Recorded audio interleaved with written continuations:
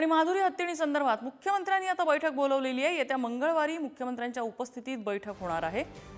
या हत्तीणीला कोल्हापूरच्या नांदणी मठातून गुजरातच्या वनतारा सेंटरमध्ये नेण्यात आलेलं होतं। पीठाने या संदर्भात तक्रार केलेली होती, मात्र गावकऱ्यांचा याला मोठा विरोध आहे आणि गावकरी अजूनही माधुरीला परत आणावं अशी मागणी जोर धरलेली आहे। मुख्यमंत्र्यांकडे या संदर्भात पत्र गेलेली आहे। शेखर पाटील अपडेट देतात। शेखर, नम्रता बरोबर आहे, कारण मोठ्या प्रमाणात जन आक्रोश जो आहे तो आज पाहायला मिळाला होता। हजारोंच्या संख्येनं लोक माधुरी हत्तीणीसाठी आज रस्त्यावरती उतरले होते। नांदणी ते कोल्हापूर जवळपास 45 किलोमीटरचं अंतर आहे। ते एका दिवसामध्ये म्हणजे सकाळी सुरुवात झाली होती या पदयात्रेला आणि सायंकाळी 5 वाजता ही जिल्हाधिकारी कार्यालयासमोर पोहोचली खरं तर ही सगळे आंदोलक, आणि त्यानंतरच ही दखल जी आहे ती गंभीर घेण्यात आलेली आहे आणि या संदर्भात राष्ट्रपतींपर्यंत पत्र जी आहे ती पोहोचवण्यात आलेली आहे आणि या सगळ्याचीच दखल जी आहे ती आता घेण्यात आलेली आहे।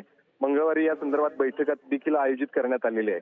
त्या सर्वांची एकच मागणी नम्रता आहे की आमची माधुरी जी आमच्या मठामध्ये गेल्या अनेक वर्षांची परंपरा आहे आणि गेल्या 35 वर्षांपासून ती माधुरी हत्तीण जी आहे ती या ठिकाणी होती, ज्याची पूजा अर्चा आम्ही करत होतो, ज्याला आम्ही सांभाळत होतो। मात्र वनतारा ज्या पद्धतीनं आम्ही त्यांच्यापेक्षा किती चांगलं करते हे दाखवण्याचा जरी प्रयत्न करत असलं तरी त्यांच्यापेक्षाही अधिक चांगली काळजी आम्ही घेत होतो असं सगळेजण सांगतात आणि म्हणूनच आम्हाला आमची माधुरी या मठामध्ये पुन्हा परत पाहिजे हीच मागणी घेऊन हे सगळे लोक जे ते आंदोलनामध्ये उतरले होते, पदयात्रेमध्ये उतरले होते। यामध्ये आबालवृद्ध लोक जे ती सहभागी झाले होते आणि म्हणूनच या सगळ्याची गंभीर अशी दखल घेण्यात आलेली आहे आणि मंगळवारच्या बैठकीकडे आता सर्वांचं लक्ष असणार आहे। या संदर्भात सरकार म्हणून काय नेमकं पावलं उचलणार आहेत, काय निर्णय घेणार आहेत याकडे सर्वांच्या नजरा असणार आहेत।